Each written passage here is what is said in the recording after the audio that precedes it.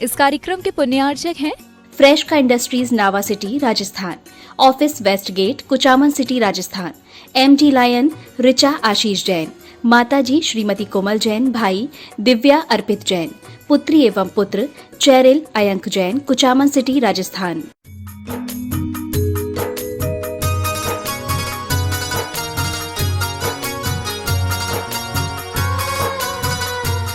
देवादिदेव 1008 श्री भगवान महावीर स्वामी की जय जय जय। अहिंसा परमो धर्म की जय जय जय। परम पूज आचार्य गुरुवर श्री विद्यासागर जी महाराज की जय जय जय। परम पूज्य 108 मुनिवर्षी प्रमाण सागर जी मुनिराज की जय जय जय। परम पूज्य 108 मुनिवर्षी अरहत सागर जी महाराज की जय जय जय। नमोस्तु गुरुदेव।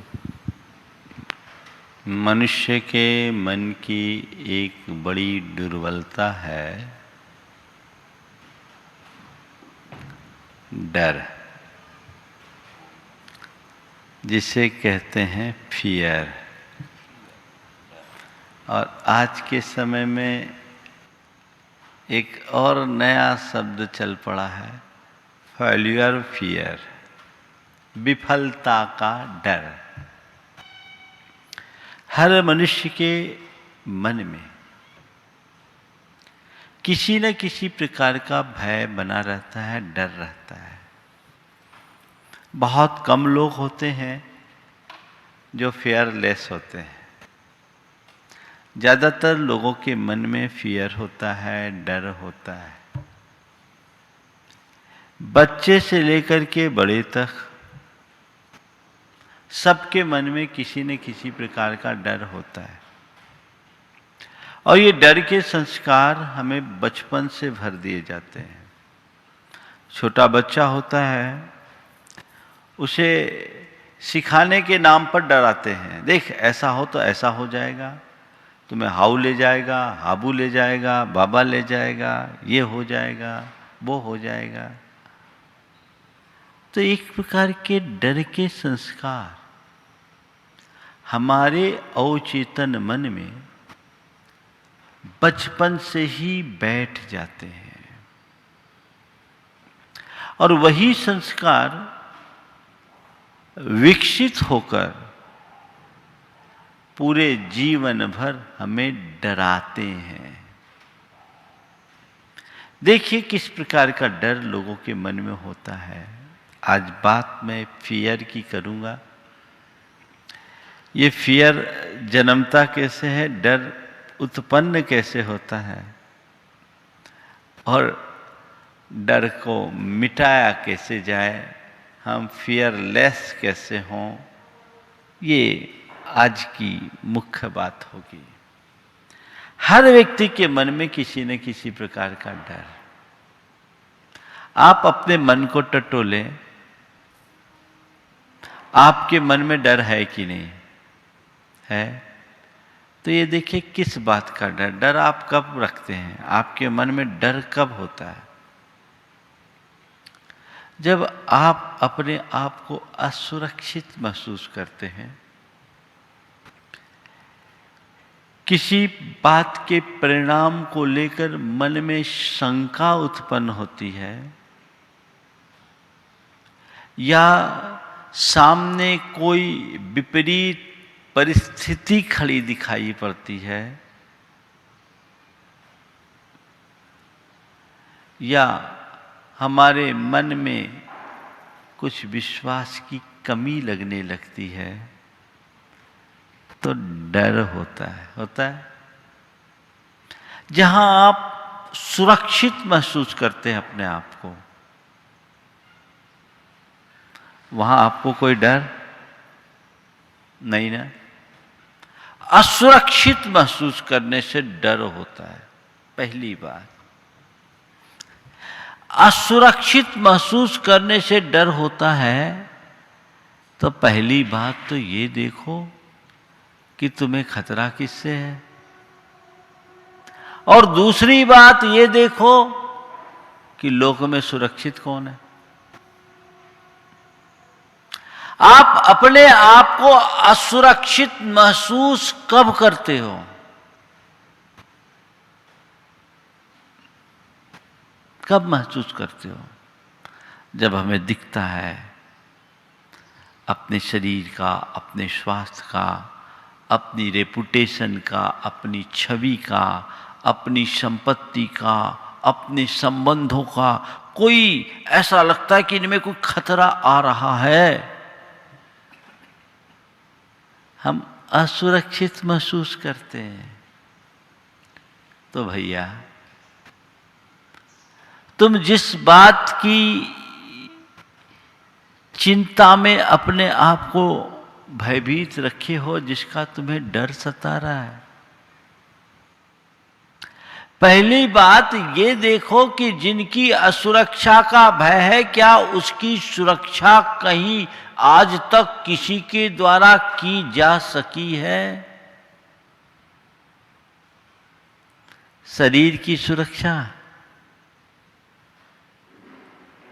स्थायी तौर पर कोई नहीं कर सका। संपत्ति की सुरक्षा आज तक स्थायी नहीं रही। संबंधियों की सुरक्षा आज तक हो नहीं सकी। और अपने प्रभाव, रुतबे, प्रतिष्ठा की सुरक्षा, इनमें भी स्थायित्व नहीं है। ये सब संयोगाधीन है। जब तक संयोग अनुकूल होते हैं, इन पर कोई आंच नहीं आती, और संयोग प्रतिकूल होने पर कहते हैं कि वज्र के पटल में वज्र का कवच धार लो तो भी बच नहीं सकते। वज्र भवन में छिप जाओ तो भी बच नहीं सकते। ये जीवन का एक बहुत बड़ा सत्य है। इस सत्य को जानने वाले के मन में कभी भय नहीं होता, और जो इस सत्य से अनभिज्ञ हैं, उनका मन कभी भय मुक्त नहीं होता। जिनकी सुरक्षा को लेकर तुम सशंकित हो, वो तुम्हारे हाथ में नहीं है, वो संयोगों के अधीन है, और संयोगों पर किसी का नियंत्रण नहीं है। और यदि तुम अपने स्वरूप को देखो तो उसमें कभी कोई परिवर्तन संभव ही नहीं है। जो तुम हो वो पूर्णतः सुरक्षित है, क्योंकि तुम शाश्वत हो। तुम देह नहीं, आत्मा हो। ये विश्वास अगर मन में जग जाए तो फिर जीवन में डर कभी आ ही नहीं सकता। स्वयं के असुरक्षा का भय, कहीं कुछ हो न जाए, कहीं कुछ हो न जाए, ये डर। किसका डर? क्यों डरे? जीवन के सत्य को समझो, जानो, तो मन में कभी असुरक्षा का भाव ही नहीं आएगा।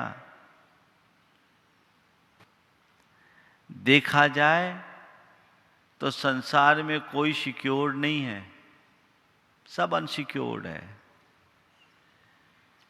अगर सिक्योर्ड है तो वह है तुम्हारी आत्मा, तुम्हारा अपना स्वरूप। जिसके हृदय में स्वरूप का बोध जागृत रहता है, उसके मन में डर नहीं होता। दूसरी बात, जब किसी के परिणाम को लेकर मन में शंका होती है, कोई बात को लेकर के शंका है ना, शंका कब होती है? जब हमारे प्रयासों में कहीं कुछ कमी होती है। अगर हमारा प्रयास सही हो, हमारा प्रयास सही हो, तो हमारे प्रयासों में कोई कमी होती है क्या?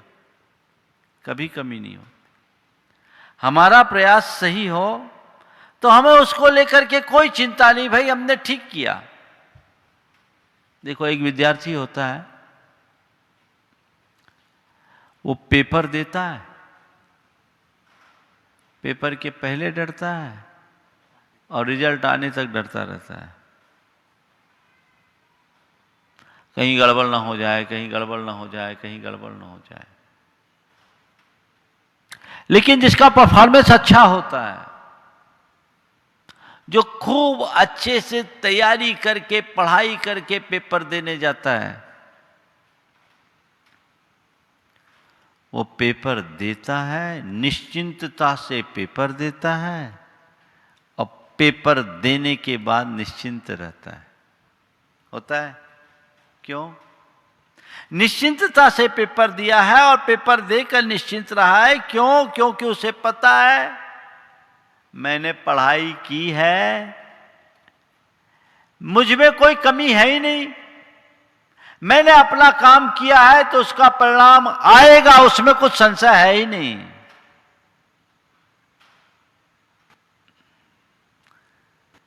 तो तुम्हारे मन में किसी के परिणाम को लेकर शंका क्यों आती है? अगर तुम्हारा प्रयास सही है तो परिणाम सही आएगा ही आएगा, और प्रयास गलत है तो जो परिणाम आ रहा आएगा उसका सामना करने के लिए तैयार रहो। सही करोगे सही परिणाम आएगा, गलत करोगे गलत परिणाम आएगा। कई लोग हैं जो बड़े विचित्र प्रवृत्ति के होते हैं, गलती करते हैं और बार बार सब जगह जाके गुहार करते हैं। एक बच्चा भगवान के पास जाकर के प्रार्थना कर रहा था, हे भगवान मुंबई को भारत की राजधानी बना दो, मुंबई को भारत की राजधानी बना दो, भगवान मुंबई को भारत की राजधानी बना दो। एक युवक वहां गया कि रे भारत की राजधानी दिल्ली है, मुंबई बनने से तेरे को क्या मिल जाएगा? बोले और किसी को कुछ मिले या नहीं मिले पर मैं पास हो जाऊंगा। बोले क्यों? बोले मैंने गलती से पेपर में भारत की राजधानी मुंबई लिख दी। अब ऐसों का क्या होगा? यदि मेरा परफॉर्मेंस सही है तो मुझे कभी डरने का सवाल ही नहीं। अपने आप कॉन्फिडेंस बिल्टअप होता है। जिसके मन में पूर्ण विश्वास होता है उसके मन में किसी प्रकार की शंका उत्पन्न नहीं होती, और जिसके मन में शंका होती है उसके मन में विश्वास नहीं होता। ये दोनों चीजें साथ साथ नहीं चल सकती। इसलिए अपने डर को टटोलो। आप अपने आप को असुरक्षित महसूस करते हो तब आपके मन में डर होता है। किसी बात के परिणाम को लेकर के आपके मन में संशय होता है तो आपको डर होता है। ये डर है ना, हमें आज इस डर से बाहर निकलना है। इनकी जड़ को पकड़िए। डर के मूलतः 4 कारण हैं। सबसे पहली बात, आत्मविश्वास की कमी। दूसरी बात, नकारात्मक सोच। तीसरी बात, व्यर्थ की चिंता। और चौथी बात, अंधविश्वास। आत्मविश्वास की कमी, नकारात्मक सोच, व्यर्थ की चिंता या शंका और अंधविश्वास। सबसे पहली बात आत्मविश्वास की है। जीवन में जितना जियो आत्मविश्वास से लबरेज होकर के जियो। ये लौकिक और लोकोत्तर दोनों क्षेत्र में जरूरी है। अगर लौकिक कार्य कर रहे हो और तुम्हारे मन में अंदर ही अंदर शंका है, कभी सफल नहीं होगे। वहां तुम्हारा पूर्ण विश्वास होना चाहिए कि ये काम मैं कर रहा हूं, निश्चित सफल होऊंगा। और पारमार्थिक क्षेत्र में देखो तो अपनी आत्मा का विश्वास करो। आत्मा के अजर अमर अविनाशी शाश्वत स्वरूप पर तुम्हारा विश्वास हो तो जीवन में चाहे कितना भी उथल पुथल हो जाए कोई फर्क नहीं पड़ेगा। किससे डरेंगे? डर में ज्यादा से ज्यादा क्या होता है? मरने का डर होता है। मरने का डर होता है ना, तो मरेगा कौन? अभी सब डरे समय, कोरोना कोरोना कोरोना, कुछ हो ना जाए, हो ना जाए। हालांकि अब लोगों ने परिणाम देख देख करके थोड़ा सा डर कम कर दिया है। लेकिन किसका डर? न मे मृत्यु कुतो भीति। जब मैं मरण रूप हूं ही नहीं तो फिर मेरे मन में मरने का डर कैसा? जिसका मरण हो वो डरे, मेरा तो मरण है ही नहीं, तो फिर डरने का सवाल कहां? आत्मा का विश्वास, आत्म तत्व का विश्वास मनुष्य को जीवन के सब प्रकार के आघातों को सहने में समर्थ बनाता है। चाहे जितने उतार चढ़ाव हो, चाहे जैसी विपत्ति और विषमता हो, चाहे जैसी मुश्किल और मुसीबत खड़ी हो, अगर तुम्हारी दृष्टि तुम्हारी आत्मा पर है, अगर तुम्हें अपनी आत्मा की श्रद्धा या विश्वास है, मन विचलित नहीं होगा। तुम उसका सामना करने में समर्थ होगे। तुम्हारे मन में फिर डर कभी हावी नहीं होगा। मेरे संपर्क में एक व्यक्ति, देखिए आत्मा का विश्वास मनुष्य को कैसे भयमुक्त करता है, वो कैसे निश्चिंतता का जीवन जीता है। गाड़ी से जा रहे थे, अचानक सामने से आ रहे ट्रक से उनकी गाड़ी भिड़ी। ट्रक को सामने आता देखकर उन्हें लग गया कि अब ट्रक का संतुलन खोया हुआ है, अब तो भिड़ने वाले हैं। गाड़ी भिड़ी, बहुत माने गाड़ी की शक्ल देखो तो लगेगा नहीं कि कोई बच सकता है। गाड़ी भिड़ के पलट भी गई। लोगों ने शीशा तोड़ करके इस व्यक्ति को निकाला, देखा तो एकदम नॉर्मल। दो चार जगह हल्की फुल्की चोट तो थी, लेकिन इतना खौफनाक दृश्य है। बाहर निकला तो एकदम नॉर्मल जैसे और लोग देख रहे हैं। उससे पूछा, भैया तुम बिल्कुल ठीक तो? बोले हाँ ठीक है। तुम्हें डर तो नहीं है? बोले न मे मृत्यु कुतो भीति। ज्यादा से ज्यादा क्या होता, मैं मरता, पर ये तन मरता, मैं थोड़ी मरता। मैं डरूं किससे, क्यों डरूं? और जब तक मेरी आयु है मुझे कोई मार नहीं सकता, और आयु पूरी होने के बाद मुझे कोई बचा नहीं सकता। ये श्रद्धान मन में होना चाहिए ना। ज्यादातर घटनाओं में लोग मौत से कम मौत के डर से ज्यादा मरते हैं। इस डर को दूर भगाइए, आत्मविश्वास जगाइए। क्या होगा, जो होगा सो देखेंगे। ज्यादा से ज्यादा क्या होगा, इस तन का अंत होगा तो एक दिन होना ही है। अगर इसी निमित्त से होना होगा तो वो भी हो जाएगा। और क्या होगा, बहुत ज्यादा होगा, बदनामी होगी, हो जाएगी। मेरे पाप का उदय होगा तो बदनामी भी होगी। ना मेरा नाम है ना बदनाम मैं हूं। जब मैं अनाम हूं तो नाम और बदनाम की चिंता क्यों करूं? कोई बीमारी आ जाएगी तो बीमारी तो आनी ही है, शरीर का स्वभाव है। आत्मा को तो कोई बीमारी नहीं है, बीमारी की चिंता क्यों करूं? देखिए, एक तत्वज्ञानी की दृष्टि क्या होती है। एक सज्जन को कैंसर हुआ, कैंसर डिटेक्ट हुआ। उनकी धर्मपत्नी और बच्चे ने कहा, पापा को कैसे बताएं, उनको बता देंगे तो घबरा न जाए।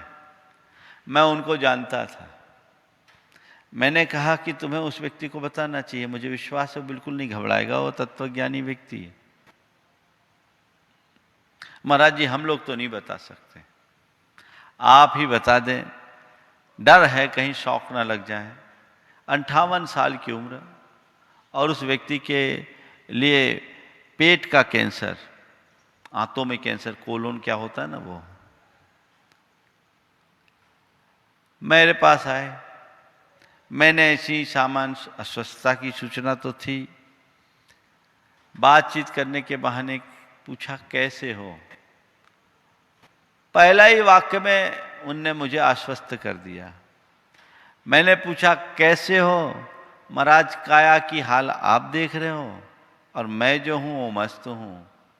मैं ये देख रहा हूं शरीर अपना काम कर रहा है और मुझे अपना काम करना है। हम बोले ऐसे व्यक्ति को कहने की कोई जरूरत, कहने से घबराने की कोई जरूरत नहीं। मैंने कहा तुम्हें बीमारी का कुछ पता है? बोला महाराज बीमारी का पता तो नहीं है, लेकिन हाँ ये लोग कुछ परेशान से दिख रहे हैं। पर महाराज जी इन लोगों से कहिए कोई परेशान होने की जरूरत नहीं है, इन्हें बता दीजिए डॉक्टर से पूछ ले, अगर कोई चिकित्सा है और शरीर के सुधरने की संभावना है तो ठीक है, जैसा ये लोग चाहे चिकित्सा ले। और महाराज जी यदि कुछ गंभीर और असाध्य रोग है तो मैं तो अपनी चिकित्सा आपके चरणों में कराना चाहूँगा और कहीं नहीं, क्योंकि मैं कुमरण नहीं मरना चाहता, मैं अपना अंत आपके चरणों में नमोकार जपते हुए करना चाहता हूँ, मुझे मरने का डर नहीं है। हमने कहा इस व्यक्ति के अंदर तो पहले से ऐसे संस्कार है, उसको बताया। संयोग से अभी इलाज चल रहा है, वो आदमी की स्थिति बहुत अच्छी है, मनोबल भी ऊंचा है। प्रायः ऐसे लोग जिनका मनोबल कमजोर होता है वे तन की बीमारी को अपने मन पर हावी कर लेते हैं तो बीमारी और गहरी बना देते हैं। आत्मा का विश्वास और आत्मविश्वास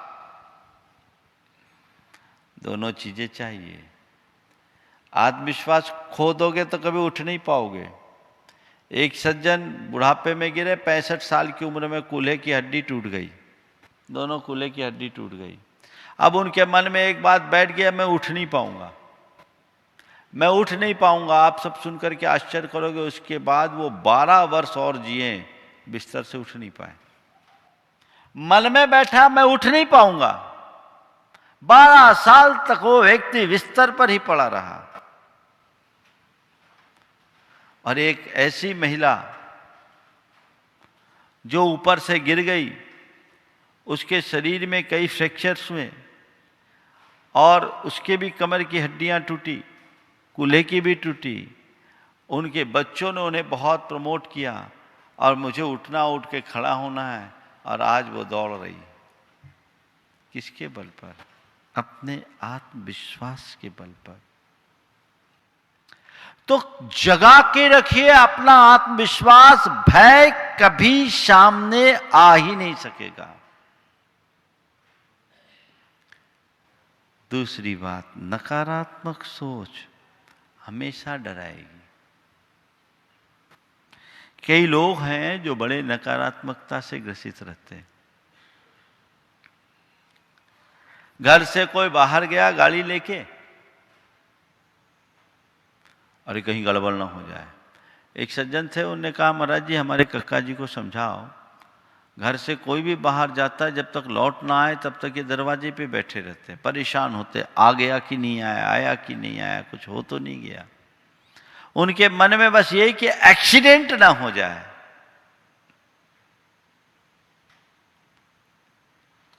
एक बार एक व्यक्ति मेरे पास आया, थोड़ा उदास सा था। बोले क्यों भाई, क्या बात है इतने उदास है? बोले क्या करूं महाराज जी, बेटा माना नहीं, गाड़ी ले गया है, लंबी ड्राइव पर गया है, मैंने मना भी किया ड्राइवर को लेकर जाओ, बोले नहीं खुद ड्राइव करूंगा, ले गया महाराज, बहुत डर लग रहा है। बोले क्यों डर रहे हो? बोले एक्सीडेंट ना हो जाए। हम बोले हद हो गई, तुम्हें ये सोचना चाहिए कि मेरा बेटा कितना काबिल हो गया। मैं तो कभी गाड़ी ही नहीं चला पाया, पर मेरा बेटा आज 18 साल का हुआ है और 18 साल की उम्र में गाड़ी चलाने में समर्थ है, लॉन्ग ड्राइव में जा रहा है, वो और आगे बढ़ सकता है। ये सोचना चाहिए। ये क्यों सोचते हो कि एक्सीडेंट ना हो जाए? क्या हर कोई के हाथ से एक्सीडेंट होता है? और ये बताओ, क्या ड्राइवर के हाथ से एक्सीडेंट नहीं होता? अगर एक्सीडेंट होना होगा तो किसी के हाथ से भी हो सकता है। तुम नकारात्मक सोच अपने मन में क्यों लाते हो? इसके कारण तुम्हारे मन में जो डर है वो बहुत भयानक है। कई लोग इस तरह की नकारात्मकता से ग्रसित होने के कारण रात रात सो नहीं पाते। कुछ हो न जाए, कुछ हो न जाए, कुछ हो न जाए, हो या ना हो तेरे लिए तो हो गया। अपनी शांति और सुकून को तो तुमने दफन कर दिया। सोच को पॉजिटिव बनाइए, सकारात्मक सोचिए। कुछ भी हो ठीक है, ठीक हो जाएगा, ठीक हो जाएगा। कितनी भी बुरी स्थिति हो, कर्म के उदय से संयोगता ऐसा हुआ है, उसमें भी सकारात्मक सोचो। डरने का कोई सवाल नहीं होगा।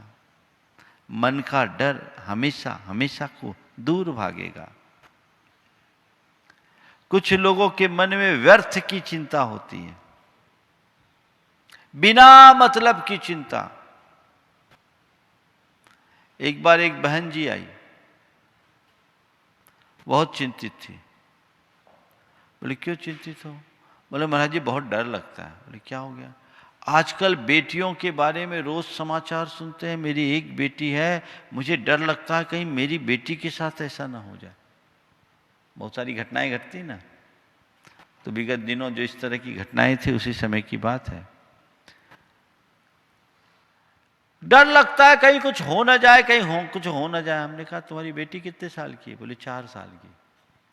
अब 4 साल की बेटी को लेकर के तुम ये सोच रहे हो कहीं कुछ हो न जाए, कहीं कुछ हो न जाए, कहीं कुछ हो न जाए। अरे ऐसा सोचने की जगह ये क्यों नहीं सोचते कि मैं अपनी बेटी की परवरिश ऐसी करूंगी कि मेरी बेटी पढ़ लिख करके बड़ी होगी, अपने पांवों पर खड़ी होगी और सबके लिए एक अच्छा आदर्श उपस्थित करेगी। ये क्यों सोच रहे हो कि मेरी बेटी के साथ कुछ हो ना जाए? ये अशुभ अमंगल चिंतन नकारात्मकता को फैलाते हैं। और इससे जो न होना वो भी हो सकता है, अगर लॉ ऑफ अट्रैक्शन के नियमों के तहत हम सोचे तो। जो न होना है वो भी हो जाएगा। इसलिए अशुभ अमंगल की सोच से अपने आप को बचाइए। व्यर्थ की चिंता। एक बार एक सज्जन आए, वो बड़े चिंतित थे। बोले क्या हुआ, क्यों भाई इतने चिंतित क्यों? बोले महाराज जी बहुत डर लग रहा है, हमारी बेटी है आज 12 साल की, उसकी शादी होनी है। बोले 12 साल की, अभी से शादी की क्या चिंता? बोले महाराज शादी तो बड़ी होने पर करेंगे, पर चिंता ये है कि आजकल देखता हूँ शादी होती है और साल भर के अंदर डाइवोर्स की बात होने लगती है। मुझे डर लगता है कहीं मेरी बेटी की शादी होने पर उसका डाइवोर्स तो नहीं हो जाएगा। अब ऐसे लोगों के डर को कौन संभाले? ऐसे लोगों के डर को कौन संभाले? ऐसे लोग जिंदगी में कभी खुश नहीं रह सकते। कई लोगों को अपने जीवन में विफलता की चिंता होती है। अब एक सज्जन आए, सरकारी नौकरी में थे। अब उनका एक सहकर्मी रिश्वत लेते पकड़ा गया, और रिश्वत लेते पकड़ा गया, सस्पेंड हो गया। उनको डर लग रहा मैं सस्पेंड ना हो जाऊं। बहुत दुखी, महाराज मेरे साथ कुछ हो न जाए। हमने कहा तू ऐसा कुकर्म किया क्या? बोले नहीं महाराज अभी तक तो किया नहीं। करने की इच्छा है क्या? बोले नहीं है। तो फिर क्यों डरता है? जो कुकर्म करेगा उसका परिणाम वो भोगेगा। और गलत करके डरो, इससे अच्छा है गलत करने से डरो। गलत करके डरो से अच्छा गलत करने से डरो। लोगों की दशा बड़ी विचित्र है, वो गलत करने से नहीं डरते, गलत करके डरते हैं। नहीं, गलत करके मत डरो, गलत करने से डरो तो गलत करने की नौबत ही नहीं आएगी। और तुम सही हो तो फिर क्या दिक्कत? यदि तुम फेयर हो तो फियर होगा ही नहीं। फेयर रहो, फियर गोल। समझ गए? चौथी बात, अंधविश्वास। जिनके मन में अंधविश्वास होता है ना, वो बड़े बुजदिल और डरपोक किस्म के लोग होते हैं। कुछ भी हो जाए डरते हैं, थोड़े थोड़ी बातों में डरते हैं, बड़े बहमी होते हैं। आज बिल्ली ने रास्ता काट दिया तो आज ये हो गया, आज वो हो गया। और कैसे कैसे अंधविश्वासी लोग होते। देखो एक स्थान पर मैं था, एक सज्जन आए हुए थे, दोपहर में एक कार्यक्रम था, सुबह वो जाना चाह रहे थे। समाज के लोगों की इच्छा थी कि ये रुके, दोपहर का कार्यक्रम है, उसमें सम्मिलित हो। समाज के लोगों ने उनसे निवेदन किया, मेरे सामने भावना व्यक्त की। मैं उनकी तरफ देखा, हमने कहा भैया देख लो, समाज का आग्रह है, रुक सको तो रुक जाओ। नहीं नहीं महाराज बहुत जरूरी काम है, मुझे जाना है। मैंने कहा देख लो अच्छा अवसर है, अगर रुकते हो तो बहुत अच्छा रहेगा। नहीं महाराज अभी तो क्षमा चाहता हूं, जरूरी काम है, जा रहा हूं। गया, 5 मिनट बाद वापस आ गया। 5 मिनट बाद वापस आ गया। बोले क्यों? नहीं महाराज हमने अपना प्रोग्राम चेंज कर दिया। प्रोग्राम चेंज कर दिया? बोले बहुत अच्छी बात है, अचानक ये कैसे हुआ? नहीं महाराज मैं गया तो देखा रास्ते में गधा रेंक रहा था, तो सोचा आप नहीं जाना ही ठीक है, गधा रेंकना ठीक शगुन नहीं है। बोले हद हो गई भाई, मैं बोला सो कोई फर्क नहीं पड़ा, गधा बोला सो फर्क पड़ गया।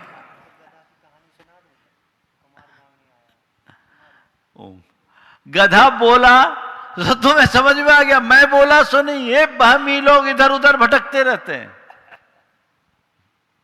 छोटी छोटी बात का हम ऐसा कर लो नहीं तो ऐसा हो जाएगा, ऐसा कर लो नहीं तो ऐसा हो जाएगा, ये पूजा ये पाठ ऐसा वैसा, ये सब क्या है? ये अंधविश्वास है। इससे मन में हमेशा डर बना रहेगा। इसको दूर भगाओ। सच्चा विश्वास जगाओ। धर्म की सही समझ विकसित करो। ये जितने ठटकर्म होते हैं ना, वो इसी अंधविश्वास के कारण होते हैं। और ऐसे ही अंधविश्वासी लोगों का मनोबल तोड़कर उनका भयादोहन किया जाता है और लोग अपनी अपनी दुकानें चलाते हैं, तरह तरह से डर दिखा दिखाकर। अरे ऐसा हो जाएगा, वैसा हो जाएगा, ये योग हो जाएगा, वो प्रयोग हो जाएगा, पता नहीं क्या हो गया। अब एक बार एक भाई आया मेरे पास, बहुत घबराया हुआ था। 1996 की बात बोल रहा हूं। डरा, एकदम डरा, चेहरा ऐसा जैसे कि एकदम कुमलाया हुआ फूल। बोले महाराज जी बहुत डर लग रहा है। बोले क्या है? बोले हमारी पड़ोसी से अनबन है और उसने हम पर मूठ चला दिया। मूठ कहते हैं मारन विद्या है, मूठ चला दिया। बोले ऐसे किसी पर कोई मूठ चलाए तो फिर दुनिया में मिसाइलों की जरूरत क्या पड़ेगी, मूठ ही चला के खत्म कर दो सबको। नहीं महाराज जी वो आदमी ठीक नहीं है, वो कई तरह का काला जादू भी करता है, मूठ चला दिया, बहुत डर लग रहा है। तो मुझे तो सबसे पहले उसके मन का डर भगाना था। मैंने कहा कोई बात नहीं, तू मेरे पास आया ना, वो मूठ चलाया, उसका मूठ उसी के पास जाएगा, तू चिंता मत कर, तू नमोकार मंत्र की जाप करना शुरू कर, देखना उसका कमाल क्या होता है। और घर से बाहर निकल, नमोकार मंत्र पढ़ते हुए पूरे शरीर में हाथ फेर और सोच कि मेरे लिए चारों तरफ रक्षा कवच तैयार हो गया, मैं पूर्णतया सुरक्षित हूँ और मुझे कोई नहीं कर सकता, मुझ पर भरोसा है। बोले है महाराज, इसीलिए तो आया। बोले सोच ले महाराज का आशीर्वाद मुझे मिल गया, अब किसी का मूठ मुझ पर नहीं होगा, वो मूठ मारेगा भी तो रिवर्स चला जाएगा। हमने उसके अंदर विश्वास भर दिया, वो वैसा करने लगा। 1996 है और आज 2020 है, अभी तक आदमी सकुशल है, कोई मूठ उसके पास नहीं फटक रही, कोई मूठ सामने नहीं आया, आज तक वो आदमी सलामत है। अगर उसे सही सलाह नहीं मिलती तो वो मूठ से नहीं, अपने डर से मर गया होता। मैंने जो कुछ बताया कोई चमत्कार की बात नहीं की, मैंने कोई ना मूठ को स्वीकार किया ना मूठ को रिवर्ट किया, मैंने केवल उसके आत्मविश्वास को जागृत करने का प्रयास किया, उसके मन का डर निकाला। फिर 4-6 महीने बाद जब मेरे पास आया तो फिर मैंने उसे आत्मबोध कराया, कर्म सिद्धांत का ज्ञान कराया और ये कहा भैया जीवन में ऐसे ठटकर्मों से कभी प्रभावित मत होना, अपनी आंखें खोलो। ऐसे किसी के किए से कोई मर जाए तो इस धरती में पता नहीं कोई आज जिंदा ही नहीं रहता। फिर किसी शत्रु के लिए अस्त्र उठाने की जरूरत नहीं है, मंत्र प्रयोग करो और काम कर लो। बड़े बड़े मांत्रिकों के हाल क्या हुए देख लो। दुनिया में 200 देशों के राष्ट्राध्यक्षों को अपनी मुट्ठी में रखने वाला व्यक्ति, मंत्र प्रयोग के बल पर अपनी शान दिखाने वाला व्यक्ति भी जब गर्दिश के दिन आए तो शिक्षों में कैद हुआ। कहाँ गया मंत्र? इन सब विश्वासों में मत पड़ो, कर्म सिद्धांत पर विश्वास करो। आत्मा अजर अमर है इसे समझो, सत्य श्रद्धानी बनो और ये मान करके चलो संसार के जो भी संयोग है वे सब महज संयोग है, बनते रहेंगे, बदलते रहेंगे, इससे मेरे जीवन का कुछ खास होने वाला नहीं है।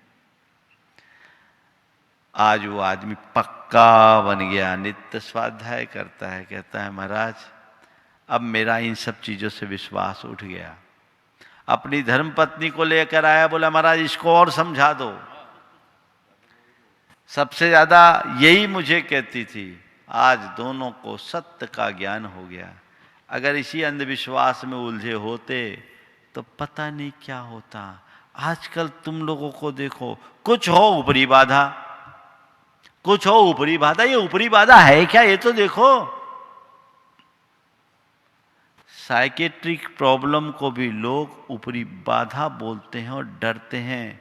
और जब ऐसे लोगों के पास जाते हो, वह द्विअर्थी भाषा का प्रयोग करते हैं और आपको और डरा देते हैं,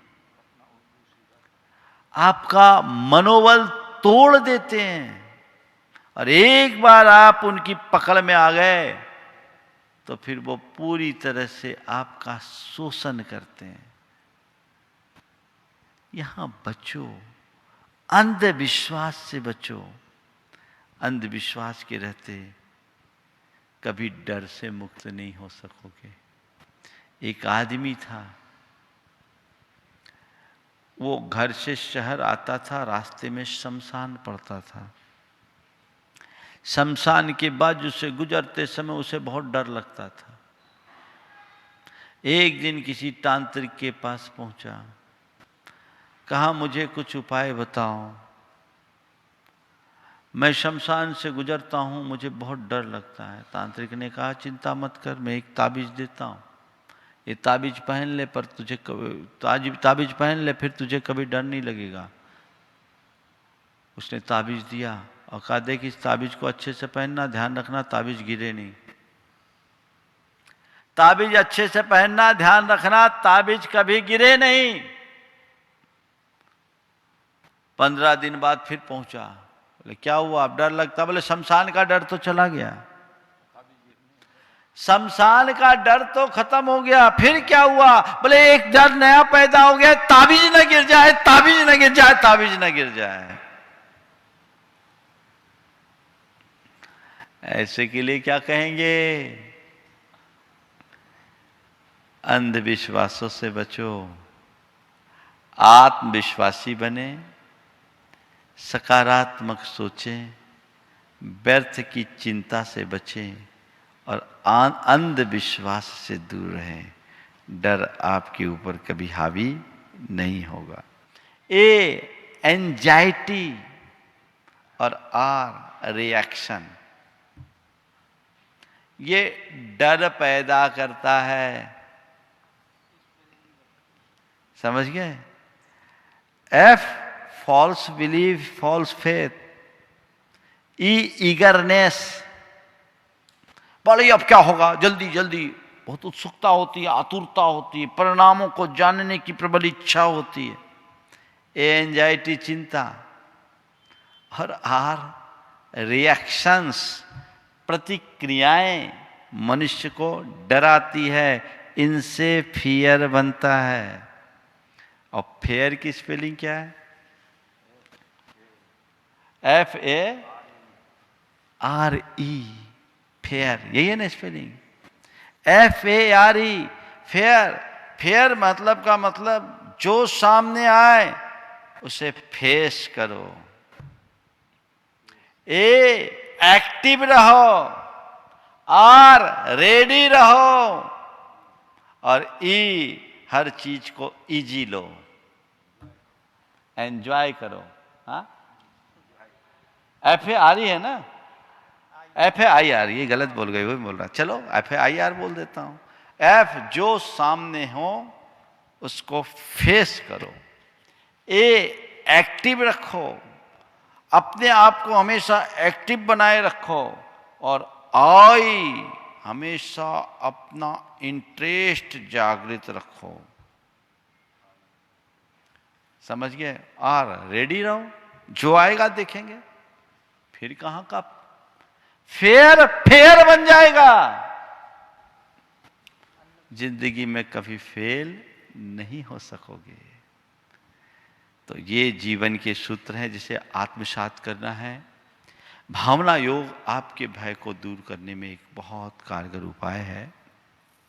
आप एक सूत्र बार बार दोहराएं, अभयो हम,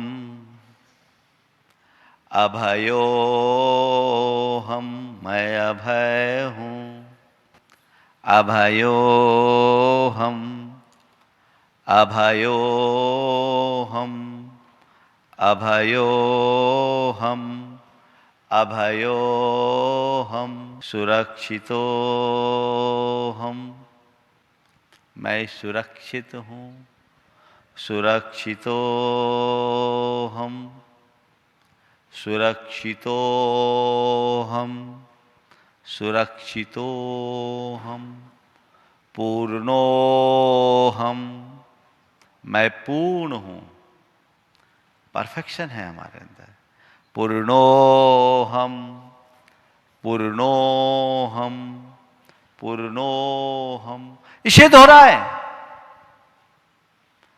भय कभी अपना सिर नहीं उठा पाएगा। बस हर पल जिनका मन हर बात बात पर घबराता है,